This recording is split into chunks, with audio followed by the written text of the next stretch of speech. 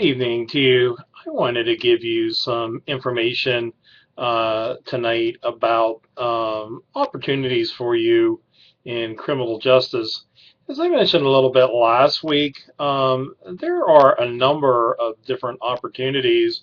Obviously, when you complete your associate degree, what you can do is, if you like, is you can go to the Municipal Police Officers Academy. And most of the police departments in southwestern Pennsylvania, prefer people that are graduates of the academy. It costs less than $3,000 if you go to it, but it gives you a whole bigger range of choices that you have. I went over today and met with the coordinator of the program, Millie Johnson, who's a former city of Pittsburgh police officer, and she coordinates the program now. But she gave an example, and she said that one of the graduates went to the Monroeville Police Department, and most of the police departments don't really have the money available to train their police officers, so they send them through most of them come to the Municipal Police Officers Academy. So, that's a good opportunity. And she said that some of the better departments, such as Monroeville and some others, after 4 years, you're making in excess of $80,000. So, but it gives you an opportunity to get into those sorts of positions. When you start, typically, you're going to have to get into an entry level position. So, you will be a police officer or a sheriff's deputy. Of course, a small number of students will get into the state police, and there are other possibilities as well. I told you last week that the Department of Conservation and Natural Resources with the state of Pennsylvania, that they handle the state game lands and the state forest and so on. They have a law enforcement component because, obviously people are planting marijuana in the forest, or people are taking out, ginseng or mushrooms and so on. So, they have to keep an eye on those people, or people who are stealing wood. So anyhow, I just wanted to mention that. And of course, you do have opportunities with the Pennsylvania Game Commission because, in that type of work, typically everyone that you see is armed. So, that's rather dangerous, but just wanted to, mention that. So, when you're here at WCCC, obviously, you can get your two-year degree, and many students get a two-year criminal justice degree, but you can also get into Homeland Security. When you get the continuing education brochure booklet that every student gets, make sure to take a look into that. They have really good information because you can get certified in CPR and basic life saving. And then if you wanted to, you could also become certified as an EMT paramedic. That typically takes a few months, but that is invaluable as a police officer because, at times you are the first responder. So I did want to mention that. And if you can learn Spanish, especially if you move here from southwestern Pennsylvania, and go anywhere else, such as California, Texas, Arizona, Florida, anywhere pretty much in the South, Las Vegas, even if you go out west. Um, you know, there are many Spanish-speaking people, and to be able to have that skill is pretty invaluable. And then you can also, here through WCCC, you can learn American Sign Language, which is very helpful, because when you're dealing with people, and if you have that skill, that adds another, component to you. Um, all of you have to take CPT 150 microcomputer concepts, but if your computer skills are better than average, That certainly does help you. And then your speaking skills, obviously, for if you take effective speech, that course is helpful, but there are other courses that you can take, such as interpersonal communication and small group communication, and others that are very, very useful. Anytime that you get to practice your speaking skills and your writing skills, but in particular, your speaking skills, if you're with your church, with a youth group, or the scouts, if you working with them, or a nonprofit agency, or like Habitat for Humanity, or if you're a volunteer for the Red Cross and so on. All of those are very, very helpful. I did want to let you know that while you're here at the college, you have a couple options in order to develop your resume, practice your interviewing skills for when you apply for positions, create a cover letter, and you can even create a portfolio, which is a sample of documents that you do. We have two people here at the college that do career development. Sherry Knoll is the coordinator, and her email address is knowlec at wccc.edu, and her assistant is Jonna Mariak. So, they're available to help you with those types of things, in seeking your first position. And then they also do have like a Westpac's job fair, which and they advertise that for students, but it's down in the convention center down in Monroeville that they do that. And then they have a job fair at the college. So obviously, we want you to get a job, especially get your first job. So that's an option. And if you ever need to find out information on a particular organization or company, or wherever you're applying, our reference librarians are available to help you with that. Also wanted to mention to you as well that we have CareerLink here at WCCC, which is a state organization to help students find jobs and resume development and so on. So they're also available as well. So, those are good opportunities, for you. So I just wanted to give you a sense that, we provide a whole array of services here for you. And, if you're here at the college and you need help with computer information or computer applications, we do have lab assistants in the computer lab right next to the library in Founders Hall.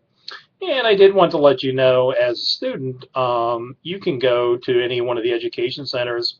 We have one in Latrobe, we have one in Kensington, Indiana, Greene County, Uniontown, and other places. So if you ever wanted to go and use our facilities there, you're certainly most welcome to, because they're all through WCCC and you can log on in any of those places. So, I just did want to, mention that.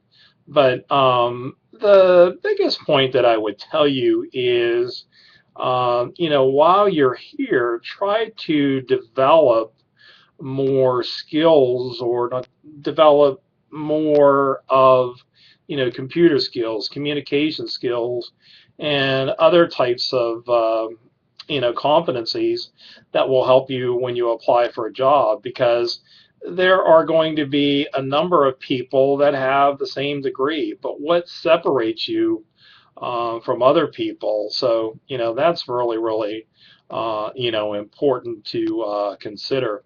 The other point that I did want to tell you, and I did mention before, is when you are done here, you may want to consider completing a bachelor's degree. And if you go to any of the state universities, then of course all your credits will transfer, like to IUP or CalU or any of those places.